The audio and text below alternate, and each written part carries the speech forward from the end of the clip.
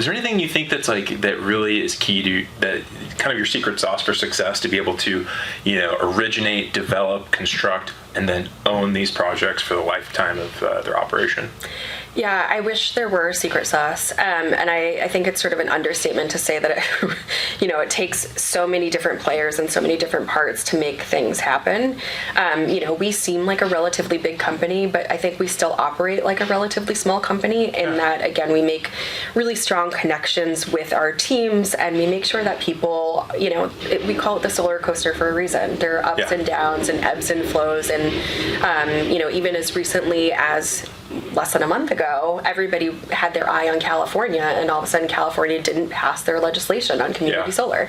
So that really shifts how we all of a sudden have been spending the last year plus thinking about what's our strategy going to be, how do we enter that market, and now all of a sudden we're like, okay, well, pun or no pun intended, like we need to pivot now to something else. In terms of secret sauce, I think we've all worked collectively across the organization for a variety of different solar developers or in the renewable energy space.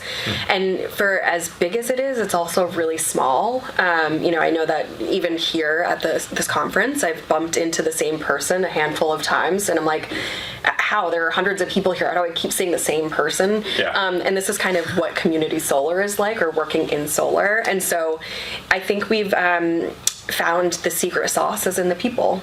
We bring on people that understand the business, that have done things the wrong way, have done things the right way, and who now look at this as how can we continue to be innovative and creative in the space and continue to drive it forward, not just through policy or legislation or thought leadership, but how can we drive it forward in our business and our roles, and even anybody from top to bottom to top, everybody has a say and can have an opinion on how we do things, and it's part of our kind of ethos and the way that we think about decision making.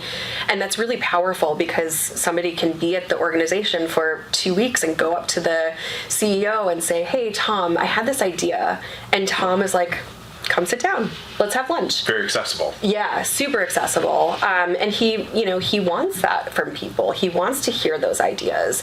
He would never say like, that's a bad idea, or I've heard that before and we tried it. He would say, why do you think that? Tell me more about that, right? He's also constantly seeking to learn and grow.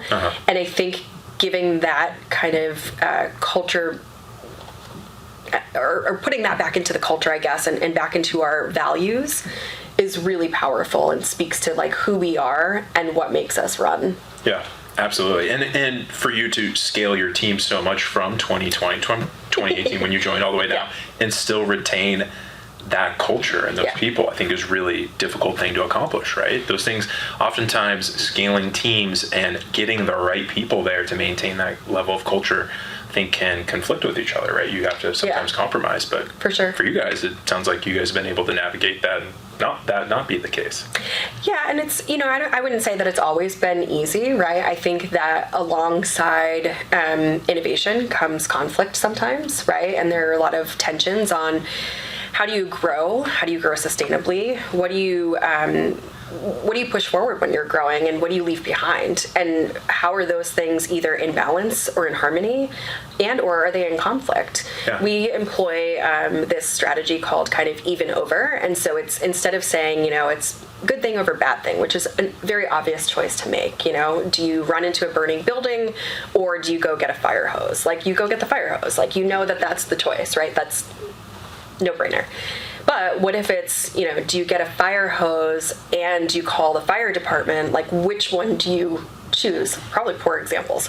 But, it's good thing A over good thing B. And that is something that I think as we continue to grow and as we want to grow the company alongside the culture that we've built, we really think about like, okay, we're going to make a decision to work on this other thing, even in lieu of, or even over this other thing, because it's what we need right now. That doesn't mean you leave all the other things behind. That doesn't mean you don't come back to them. It just means that you're making a very intentional choice about what growth looks like. And I think that's, at least in my opinion, one of the best ways to grow sustainably. And we've left very few people behind. We have really low turnover, which is interesting, I think, for me, having worked for a fair number of years, being a bit of a dinosaur. Yeah. And, I've worked for companies that have had really high turnover. I've worked through kind of the very beginning of the startup age, and just seeing like a lot of boom and bust. And it's interesting at Pivot, like most of the people that I started with almost 4 years ago are still there.